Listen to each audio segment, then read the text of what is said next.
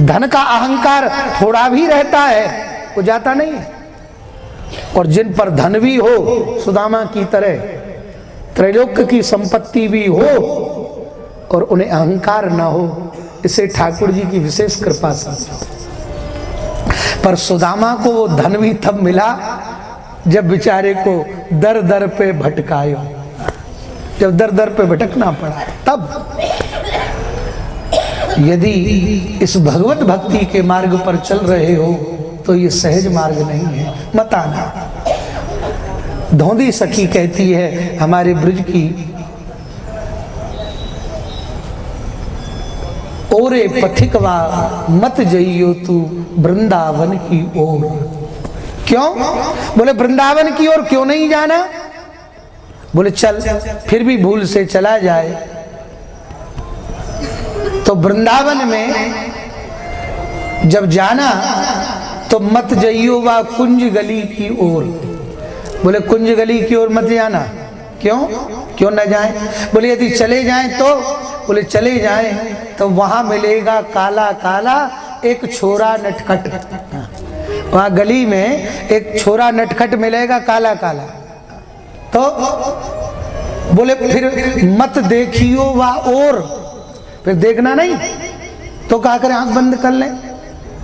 अरे फिर भी न कर पाए तो बोले कोई बात नहीं, चल देख भी लेना, उसमें भी कोई समस्या नहीं है। तो बोले जैसे ही अधरों पे रखे बंसी मत रहियो वा और, ओरे पथिकवा मत जइयो तू वृंदावन की ओर। बोले जब वह जैसे ही अपने अधरों पर बंसी को रखे तू मत रहना वहां, भाग जाना। क्यों? क्योंकि बोले यदि वह बंसी बजाते हुए हृदयस्थ में प्रवेश कर गए तो भैया जहां जाओगे पर फिर उसके अलावा कहीं मन नहीं लगेगा। बोलो जय नारायण। इसलिए तो श्री ठाकुर जी की तो किंचित मात्र यदि अहंकार है, यदि आप भगवत भक्त हो, श्री कृष्ण के भक्त हो, यदि दुख रूपी पहाड़ आए, सबका दुख अपना पहाड़ ही होता है, पर संसार में घूमने लग जाओ तो हमसे भी बड़े बड़े दुखी दुनिया में मिल जाएंगे।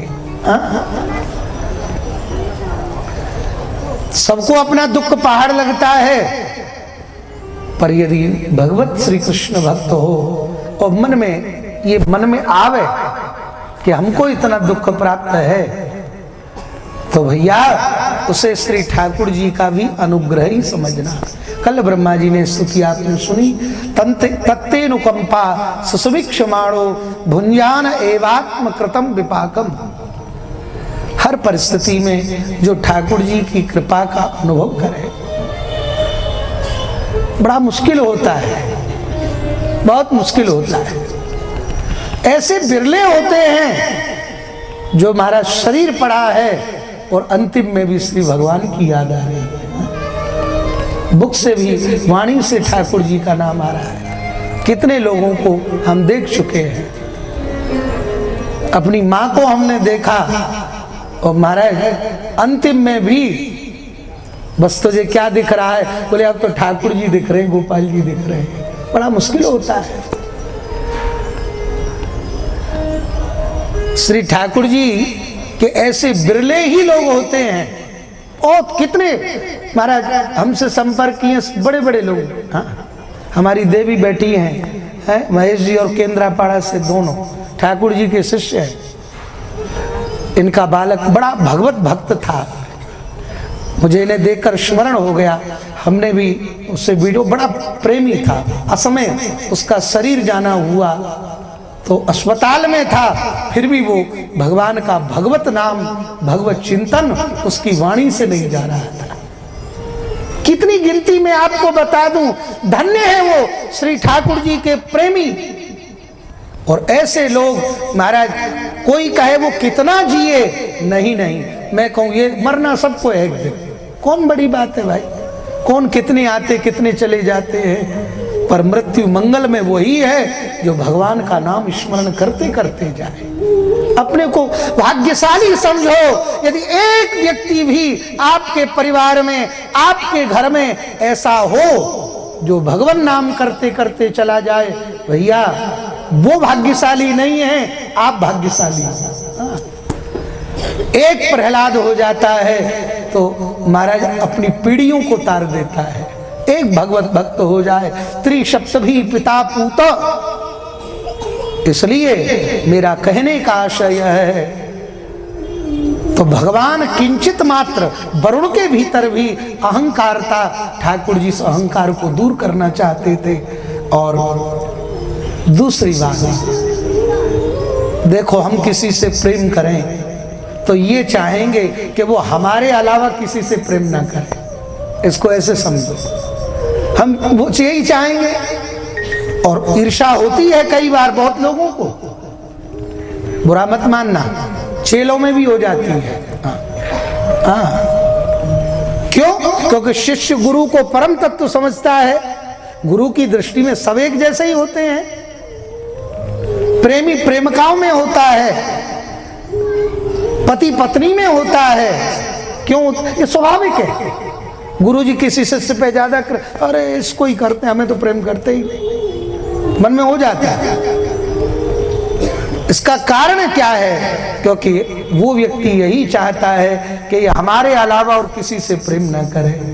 ऐसे ही भैया इसको ऐसे समझो, जब ठाकुर जी अपनाते हैं तो ये सोचते हैं इसका मन भाई में, बंधु में, बालक में, परिवार में, सब में है, तो पहले उन सब से मन हटाते हैं। बोले भैया तू मेरे अलावा और किसी से मत कर, मैं ही तेरा हूं और कोई नहीं। बोलो जय नारायण। और प्रभु कृपा से तो श्री वरुण लोक में ठाकुर जी पहुंचे। वरुण ने भगवान को देखा, अर्धपाद से पूजन किया।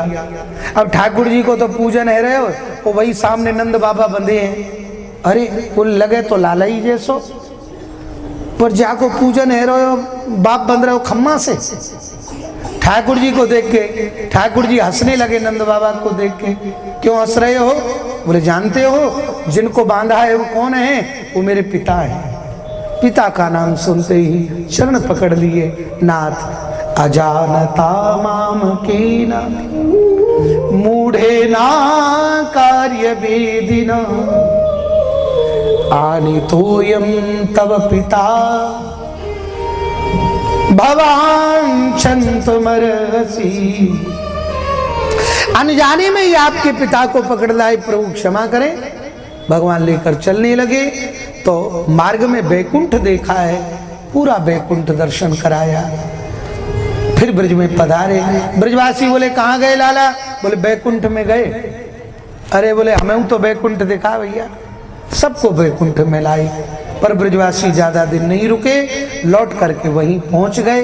और सुखदेव स्वामी कहते हैं इत संचिंत भगवान महाकारुणिको हरि दर्शयामास लोकम स्वम गोपानां तमसः परम। इत संचिंत भगवान, केवल करुणा कर नहीं कहा भगवान को, तो बोले महाकारुणिको हरि। ठाकुर जी तो महाकरुणा कर रहे हैं। सबको बैकुंठ दर्शन कराया, लौटकर ब्रज में पधारे। और ठाकुर जी ऐसे ब्रज वृंदावन में महाराज करना चाहते हैं। भगवान ने ये लीला क्यों की? इसका कारण था जीवन में सत्कर्म था। हाँ, भगवान यदि हमको संपन्न, साधन संपन्न बनाए तो अपने जीवन में साधन संपन्न के दो अर्थ हैं। एक साधन संपन्न होता है, साधना संपन्न, जिसके पास अपनी साधनाएं, भजन की, पाठ की, पूजा की, ध्यान की, साधना संपन्न होता है। एक साधन संपन्न माने धन की संपन्नता, माने सारे साधन वो धन से जुटा सकता है। जब परमात्मा साधन और साधना संपन्न बनाए तो जीवन में तीसरा कर्म होना चाहिए, सत्कर्म। केवल साधन हमारे ऐशो आराम के लिए नहीं दिया परमात्मा ने। परमात्मा ने हमको जो साधन दिया है वो सेवा के लिए दिया है। हाँ, मैंने पहले ही कहा था, इसलिए सेवा का धर्म सबसे बड़ा है।